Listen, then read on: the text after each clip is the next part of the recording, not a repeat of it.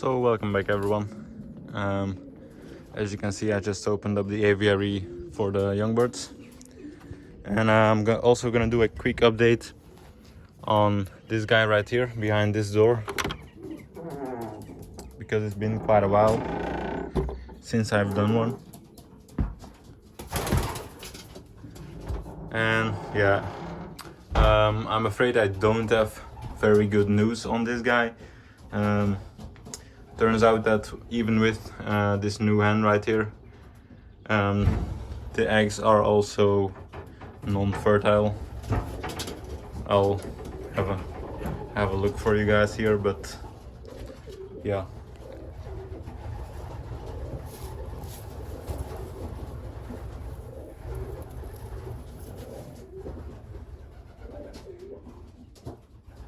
These are two bad ones. Or he might be raising someone else's now, but they were bad the other day, so it's quite unfortunate. We do have a decent amount of offsprings from him, but it's all with the same hen, or only with two different hens. He had the same hen for about 4 years, and now we changed it, which did give good kids. So, but yeah, now turns out that he's infertile. He's only from 2014, so he's not that old. But yeah, some strains just aren't fertile as long as others. But yeah, anyways, let's go to the Youngbirds. Looks like they're molting really bad. You can tell by the feathers everywhere.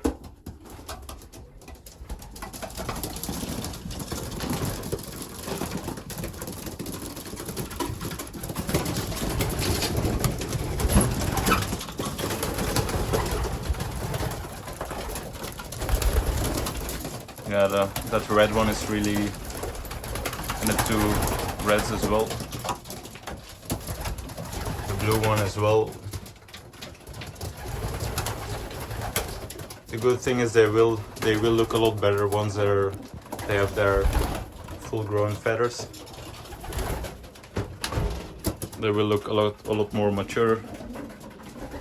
Oh, looks like they're already outside.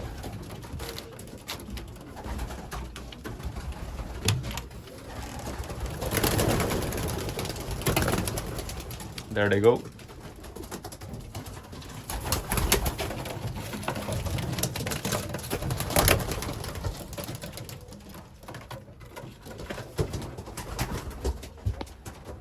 Let's give these guys some space so that they can also fly up there.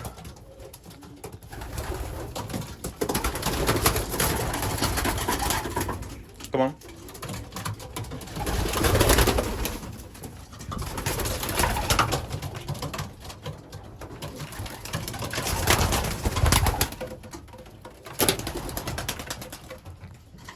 Still one on this little. Oh yeah, I did install these shelves the other day. I don't know if I mentioned it. Looks like they may return that one. But yeah, and over on that side as well, just so they have some more sitting room.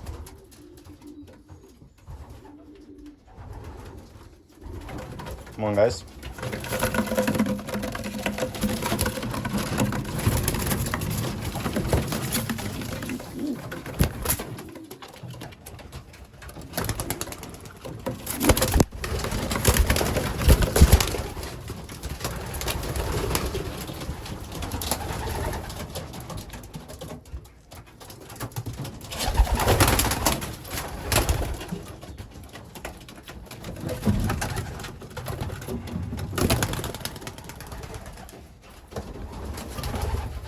When they start to molt, they usually don't like to fly as much anymore, so that's why they need a lot of encouraging to go outside here. But that'll be enough. I'll just have the other ones go outside on their own.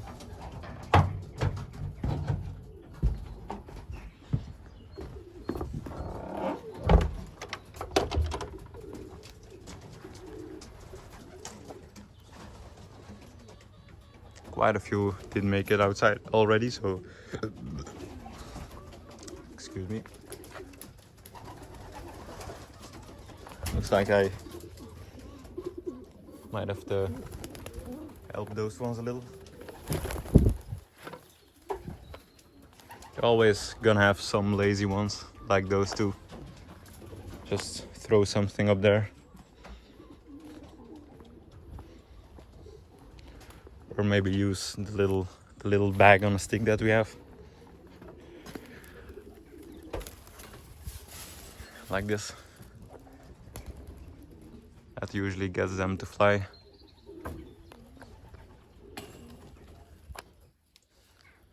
So it looks like by the shadow I can tell there's two on there. And now there's 0.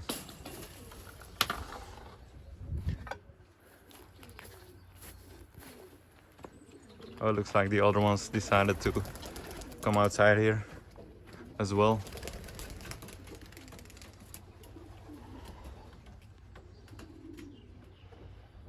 Come on, come.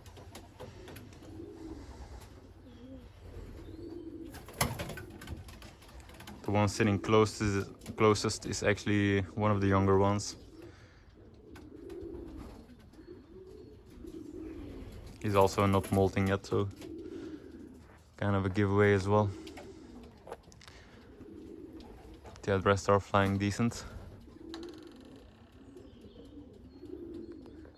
I would get some footage of me calling them inside, but I didn't feed them that long ago, so I don't know how well that's going to go.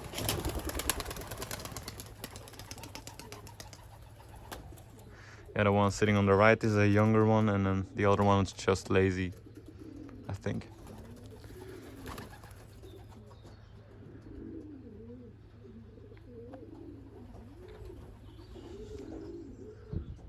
Some can't even fly in flock yet, but they will shortly. So most of them just drop down, and as you can tell, they're breathing really heavy.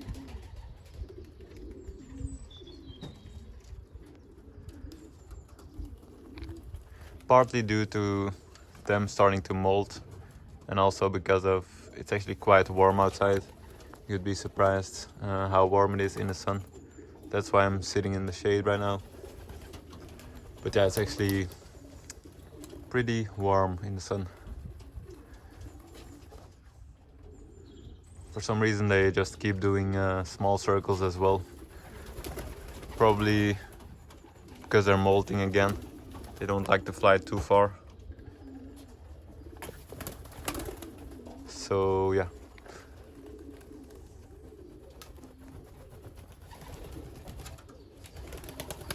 So basically every year the same thing. They start flying really well for like half an hour and more, I would say. And then they start molting and they just quit flying altogether. And usually when they get their new feathers, they start flying a little bit again, but not like before.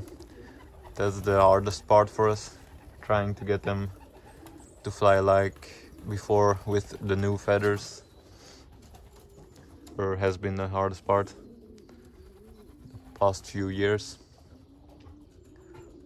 These old birds, as you can tell, the aviary for the old birds is opened up as well. These old birds have flown really long this morning. I let them outside about 3 hours ago or something like that, and they did fly for quite a long time, but then again they're not molting, so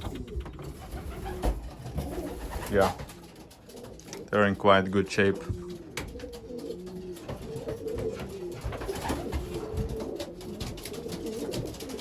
So yeah, as you can tell, 611 did make it back. He did go and train on his own for over an hour the other day, so I actually think that's a little bit too early.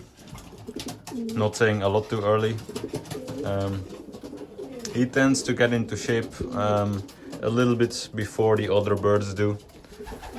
Just something every bird's different. He tends to cut in shape rather late, and then the other ones are right in the middle.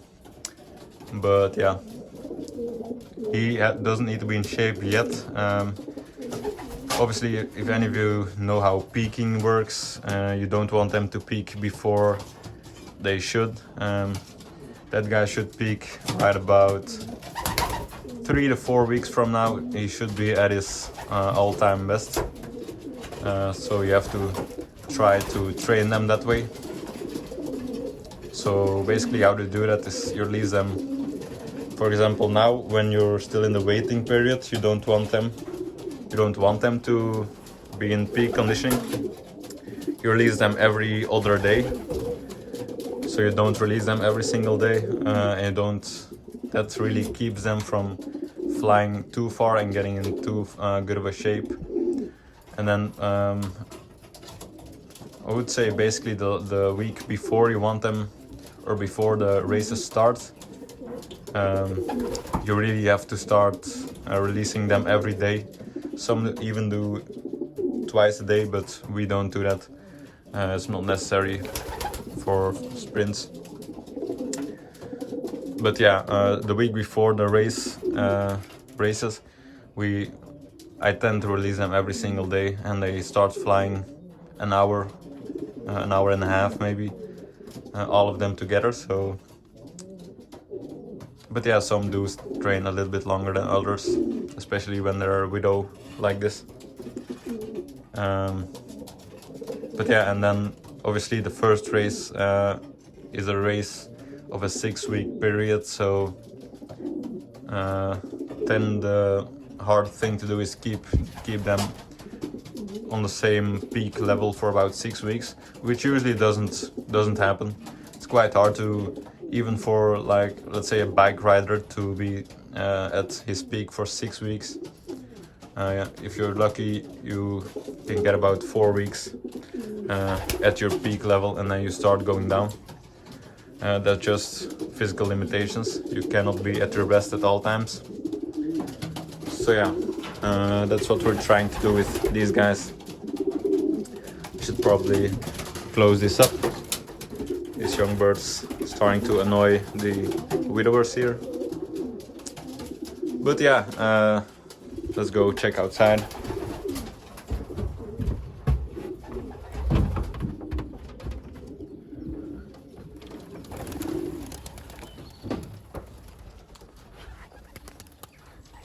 And we're all sitting in a row here.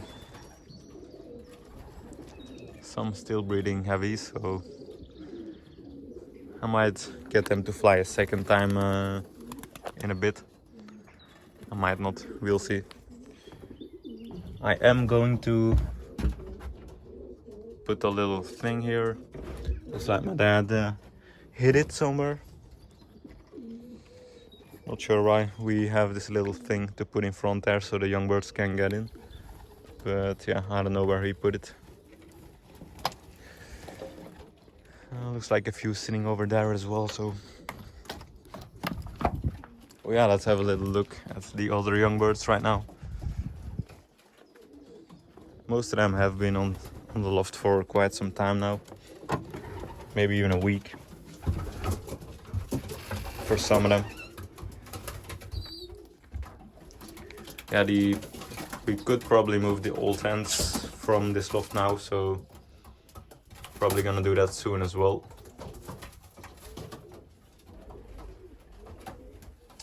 That's the darkest Grizzle. One of the lighter ones. And then this is the red Grizzle, I guess.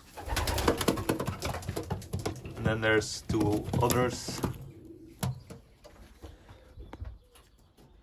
And I think we're still missing one. Oh yeah, there's one.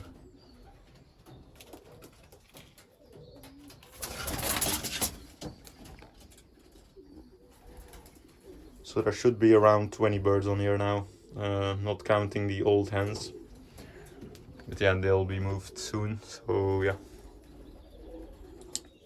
You'll get a little bit better view. Some of these birds are 2 to 3 weeks older than others, but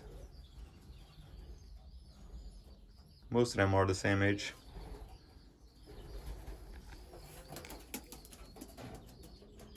Yeah, that one's a little older, as you can tell, but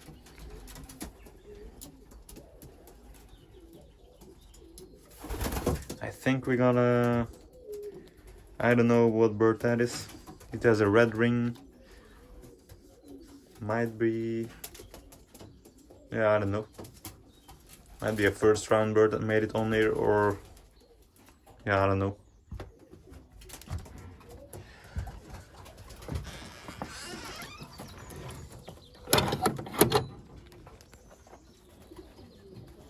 So yeah, anyways, you guys, I'm gonna end the video here. I'm not gonna get some footage of me calling them inside because it'll be a disaster. I already know.